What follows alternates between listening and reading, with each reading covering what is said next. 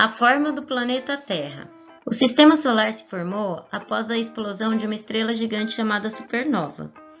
Os restos dessa explosão foram se aglomerando devido à força da gravidade, que é uma força que faz com que matéria atraia matéria. Assim, no centro foi se formando o Sol e, com os restos de poeira em volta, os planetas. Isaac Newton foi um cientista que percebeu que a força que nos mantém unidos ao solo é essa força gravitacional, que na verdade atrai tudo em direção ao centro do planeta. Essa força da gravidade é responsável por conseguirmos colocar satélites em órbita, pois ao mesmo tempo que um satélite é lançado para frente, a força da gravidade o puxa para baixo, mantendo assim um movimento circular, ou seja, uma órbita em torno do planeta.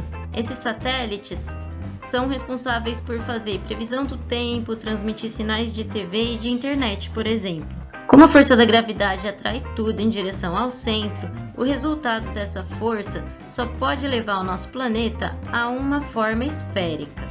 Esférica também não, geóide. Nosso planeta não é uma esfera perfeita. Podemos comprovar a esfericidade da Terra quando vemos um navio se afastar no mar. Ele parece afundar por causa da curvatura. Outra forma é quando vemos um eclipse lunar, que é quando a Lua passa atrás da sombra da Terra. Podemos ver que o contorno dessa sombra é esférico. Desde os tempos de Pitágoras já se aceitava que a Terra era esférica, mas Erastótenes foi o primeiro homem a tentar comprovar a esfericidade da Terra.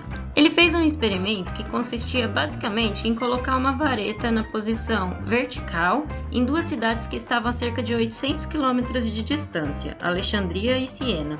Ele pensou que se a Terra fosse plana, a sombra das duas varetas teria a mesma inclinação, o mesmo comprimento. Mas se a Terra fosse esférica, a sombra dessas varetas seriam diferentes. O que de fato aconteceu é que a sombra provocada pelo Sol nessas duas cidades tiveram uma diferença de 7 graus entre si. Com isso, Erastótenes foi capaz de calcular o raio da Terra com enorme precisão. Os planetas, na verdade, estão muito distantes entre si e muito distantes do Sol. Se o Sol estivesse perto do nosso planeta, a luz solar poderia vir com diferentes ângulos de inclinação. Mas quanto mais longe o planeta Terra fica do Sol, mais os seus raios vão chegar quase paralelos entre si. Essa imagem está em escala e mostra qual seria a distância e o tamanho do Sol até a Terra. O Sol é essa bolinha amarela do lado esquerdo e o Sol e a Lua são essas bolinhas do lado direito. Nessa distância, observem que os raios solares que conseguiriam atingir o nosso planeta chegariam praticamente paralelos entre si. Eu vou ampliar essa região aqui da imagem. Olha só, eles chegam praticamente paralelos. Por isso, no experimento de Erastótenes, ele sabia que os raios solares chegam paralelos entre si ao atingir a Terra. E então, a diferença entre as sombras nas duas cidades só poderia ser por causa do formato esférico da Terra. Pessoal, eu sei que vocês devem ter ouvido falar sobre Terra plana, porque esse assunto voltou um pouquinho para moda, mas eu vou mostrar para vocês como o nosso planeta não tem como ser plano. Essa daí é uma imagem de um desses sites que falam essas coisas, dizendo que o Sol está perto e ele é pequeno, então os raios do Sol não chegariam paralelos até a Terra, eles chegariam com inclinações diferentes. Esse é o modelo que os terraplanistas defendem. A Terra é um círculo plano e em cima dela orbitam, circulam a Lua e o Sol, em cima da linha do Equador. Se isso fosse verdade, pessoal, olha só, o Sol iria iluminar esse lado aqui da Lua. Então, o outro lado seria o lado escuro. Uma pessoa nesse continente estaria vendo a Lua nesse momento, a Lua cheia. E outra pessoa ali naquele continente estaria vendo a Lua toda escura, a Lua nova. E a gente sabe que no planeta todo, ao longo do mesmo dia, todo mundo vê a mesma fase da Lua. As fases da Lua mudam de uma semana para outra, não no mesmo dia. Nós sabemos que ao longo de um dia, o Sol nasce e se põe, e a Lua também. No modelo terraplanista, enquanto a Lua nascesse e se pusesse, nós poderíamos ver diferenças na sua fase. Na verdade, o que acontece é isso: a Terra está girando, fazendo um movimento de rotação. Ao mesmo tempo, a Lua está orbitando o planeta Terra, mas enquanto a Lua demora 28 dias para fazer essa volta completa ao redor da Terra, cada giro completo da Terra demora só um dia. Então, em um dia, todo mundo do planeta vai conseguir ver a mesma fase da Lua quando a Lua estiver bem em cima da nossa cabeça. E os eclipses lunares simplesmente não aconteceriam na Terra plana, pois eles só acontecem quando a Lua entra atrás da sombra da Terra. O Sol está a uma distância de 149 milhões e 600 mil quilômetros da Terra. Se o Sol estivesse a 5 mil quilômetros de altura, como defendem os terraplanistas, essa seria a inclinação que nós veríamos o Sol a cada distância que ele estivesse de nós. Quando ele estivesse bem em cima da nossa cabeça, ele está a 90 graus. Quando ele estivesse a 5 mil quilômetros de distância, nós veríamos ele com 45 graus de inclinação.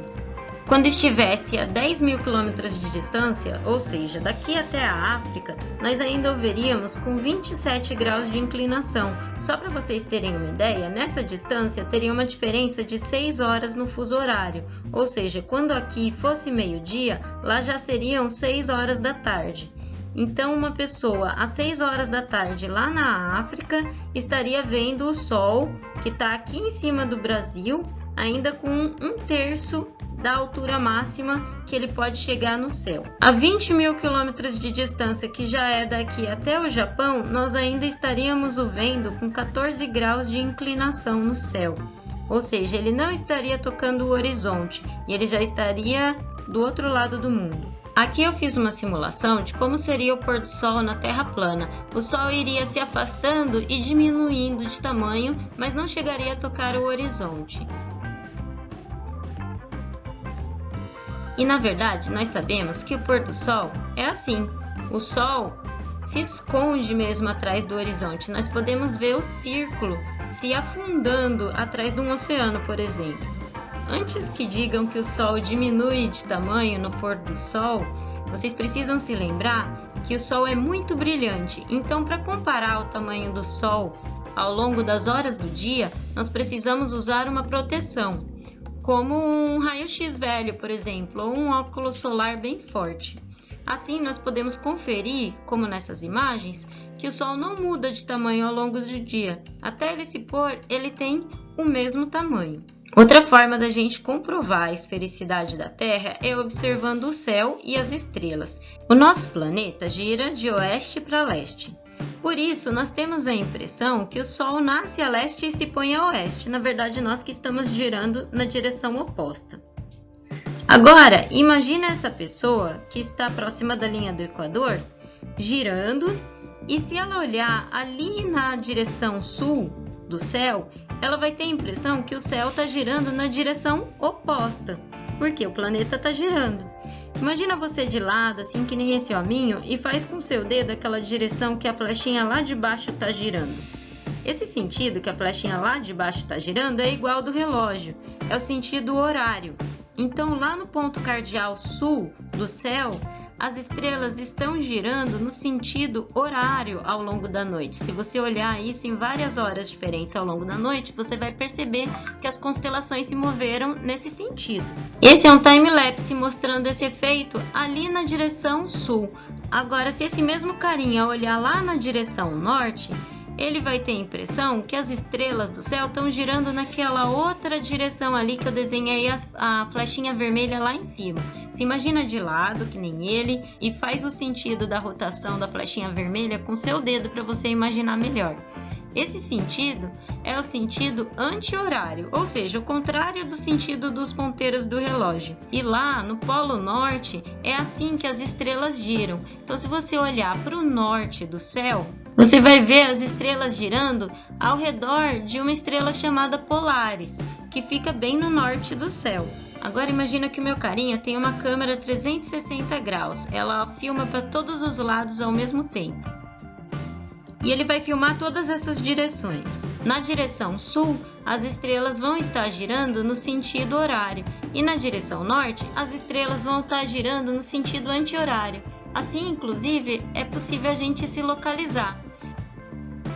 Então é isso, pessoal. Nós giramos nesse planetinha azul e de imensa beleza. Espero que eu tenha esclarecido algumas dúvidas e qualquer coisa podem me perguntar. Um beijo e até semana que vem.